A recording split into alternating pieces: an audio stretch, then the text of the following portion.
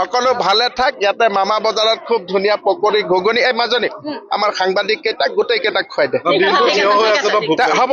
আৰু কি কি পাই ইয়াতে কি অলপ কৈ দে কি কি আছে? ঘুগুনি আছে, পকৰি আছে, কাপোৰ কানি আছে। মহিলাসকলে 10,000 টকা পাই পেলাই তেওঁলোকে নিজে ঘৰতে পিঠা পনা বনাইছে। নাৰিকলৰ লাৰু, বৰ পিঠা, তাৰপিছত তিল পিঠা আৰু ইফালে আপোনাৰ কৰাইগুৰি, পিঠাগুৰি, লগতে ইয়াত আহি পেলাই পকৰি বনাইছে, ঘুগুনি বনাইছে আৰু বিভিন্ন ধৰণৰ আপোনাৰ খাদ্য সামগ্ৰী ইয়াত প্ৰস্তুত কৰি উলিয়াইছে। ভাতৰ ব্যৱস্থাটো আছে না? ভাতৰ ব্যৱস্থা অপূৰ্ব। গোটেই সাংবাদিক কেইটাক ভাতকেইটা খুৱাই দে যা বাবা।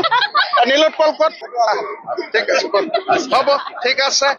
তো এইটো অসমৰ কাৰণে এক শুভ বাৰ্তা যে এই হিতাধিকাৰীৰ পৰা লাহে লাহে মহিলাসকল স্বাৱলম্বিতাৰ ফালে গতি কৰিছে, হয় নে নহয়?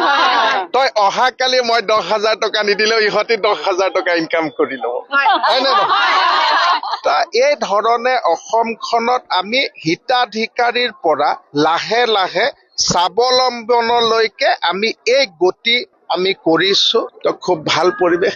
সাংবাদিক কেইটা তহঁতি খুব ধুনীয়াকে নিউজ চিউজ কৰি থাক। আৰু কিবা যদি তহঁতি কিবা ক'ব লগা থাকে মোক চিধা হোৱাটছএপ কৰি। বিৰোধী এতিয়া আমি আশীৰ্বাদ ল'ব আহি আৰু বিৰোধী কি ক'ম? আমাৰ কোনো ক'ব লগা কথা নাই। তো যি কথা আছে চিধা ৰাইজৰ লগত। মইতো ভাবো অসমত কণ্টেষ্টেই নাই। কিহৰ কণ্টেষ্ট আছে? আমাৰ অসমৰ বাপতি সাহোন বিহু। গতিকে এই বিহুত আমি ইজনে সিজনক মৰম কৰাৰ যি পৰম্পৰা, ডাঙৰে সৰুক আশীৰ্বাদ কৰাৰ যি পৰম্পৰা, এই পৰম্পৰাৰ লগত সংগতি ৰাখি আমি এক জন আশীৰ্বাদ যাত্ৰা কৰি আছো আৰু ৰাইজে আমাক আশীৰ্বাদ দি আছে। ঠিক আছে, হ'ব। সকলো ভালে থাক। ইয়াতে মামা বজাৰত খুব ধুনীয়া পকৰি ঘুগুনি এই মাজনী আমাৰ সাংবাদিক কেইটাক গোটেই কেইটাক খুৱাই দে হ'ব।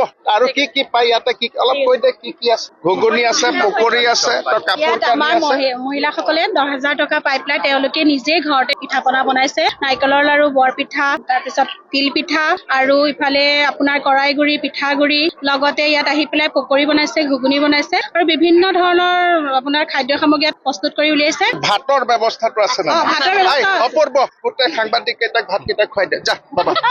নীলোৎপল ক'ত? ঠিক আছে হ'ব, ঠিক আছে।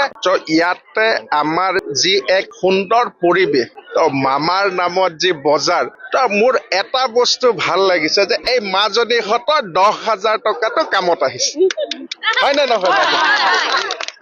এইসকল মহিলাই আমাৰ বৰহমপুৰৰ মহিলাসকলে 10,000 টকাটো পুৰা কামত লগাইছে।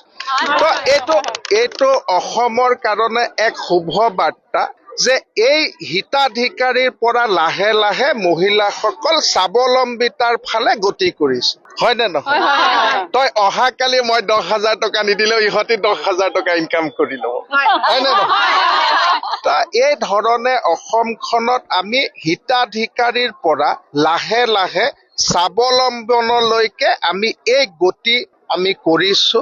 আৰু আজি খুব সুন্দৰ পৰিৱেশ। আমি সকলোৰে আশীৰ্বাদ লৈ আছো। প্ৰত্যেকটো জেগাতে ৰাইজে আমাক আশীৰ্বাদ দিছে। তো খুব ভাল পৰিৱেশ। তো সাংবাদিক কেইটা তহঁতি খুব ধুনীয়াকে নিউজ চিউজ কৰি থাক। আৰু কিবা যদি তহঁতি কিবা ক'ব লগা থাকে মোক চিধা হোৱাটছএপ কৰি।